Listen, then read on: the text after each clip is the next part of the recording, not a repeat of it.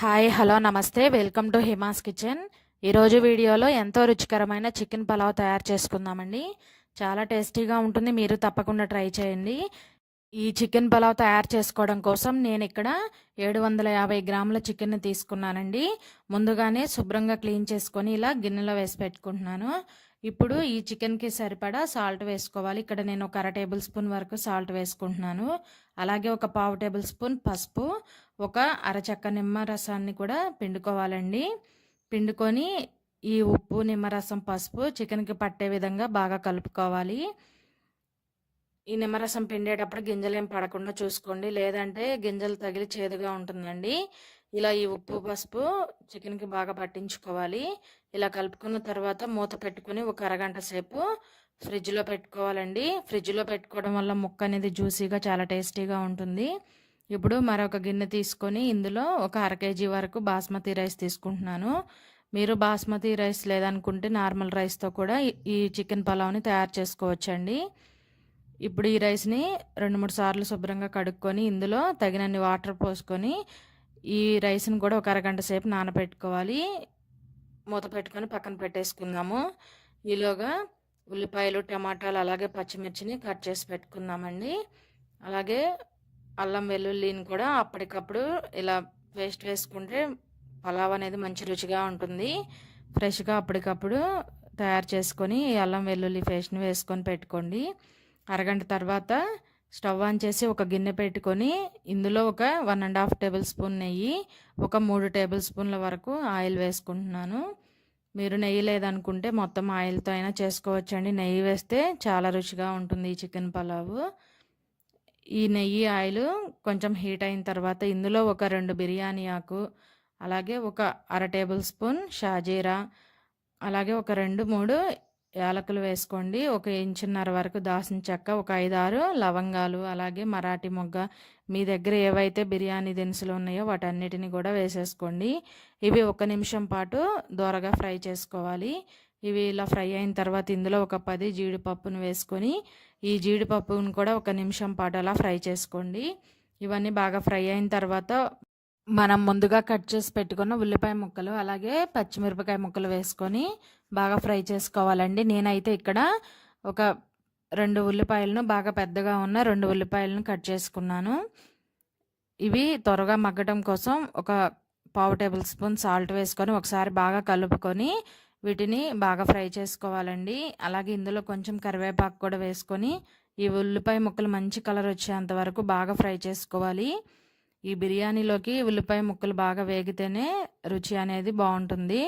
ఉల్లిపాయ ముక్కలు ఈ విధంగా వేగిన తర్వాత ఇందులో ఒక 2 టేబుల్ స్పూన్ల వరకు అల్లం వెల్లుల్లి పేస్ట్ వేసుకొని అల్లం వెల్లుల్లి పేస్ట్ పచ్చివాసన లేకుండా బాగా ఫ్రై చేసుకోవాలండి.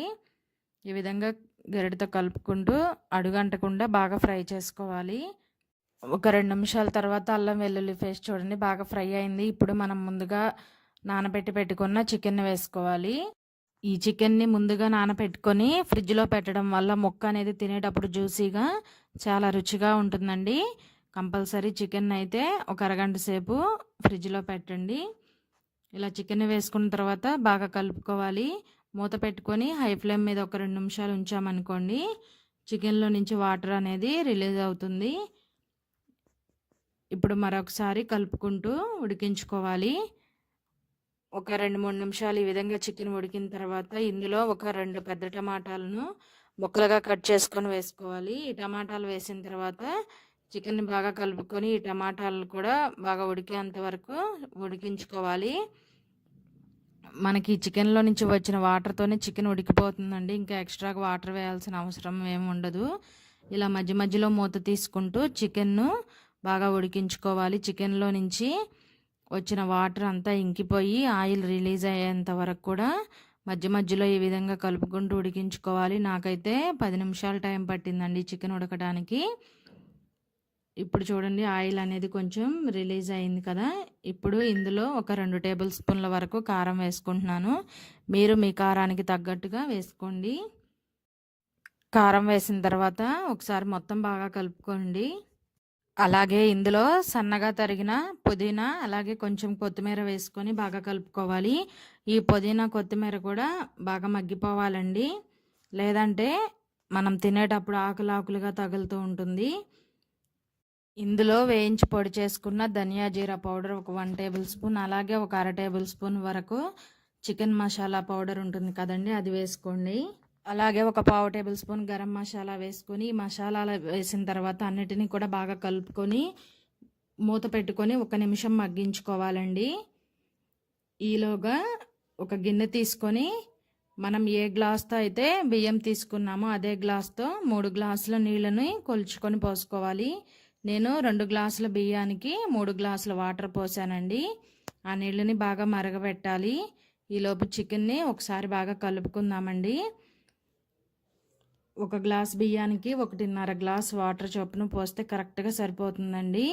ఇప్పుడు ఇందులో మనం ముందుగా నానబెట్టుకున్న బియ్యం వేసుకుందాము.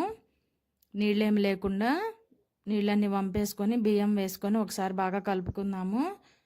బియ్యం వేసిన తర్వాత చిన్నగా కలపండి, లేదంటే మనం తీసుకుంది బాస్మతి రైస్ కాబట్టి రైస్ అనేది విరిగిపోతుందండి. మీరు నార్మల్ రైస్తో కూడా చేసుకోవచ్చండి, చాలా రుచిగా ఉంటుంది. నీళ్ళు కూడా బాగా మరల కాగినియండి. ఇప్పుడు ఈ నీళ్ళని ఈ రైస్లో వేసుకొని ఒకసారి బాగా కలుపుకోవాలి. ఇలా వేడి నీళ్ళు పోయటం వల్ల బిర్యానీ అనేది పలుకుగా చాలా రుచిగా ఉంటుంది. ఇలా కలుపుకున్న తర్వాత ఒకసారి ఉప్పు కారం చెక్ చేసుకోండి. నాకైతే ఉప్పు అనేది కొంచెం తగ్గిందండి. మనం చికెన్లో వేసాం కానీ రైస్లో అసలు వేయలేదు కదండి, అందుకని ఈ రైస్కి సరిపడా సాల్ట్ని చూసి వేసుకొని ఒకసారి కలుపుకొని మూత పెట్టుకొని హై ఫ్లేమ్ మీద ఒక 5 నిమిషాలు ఉడికించుకోవాలి.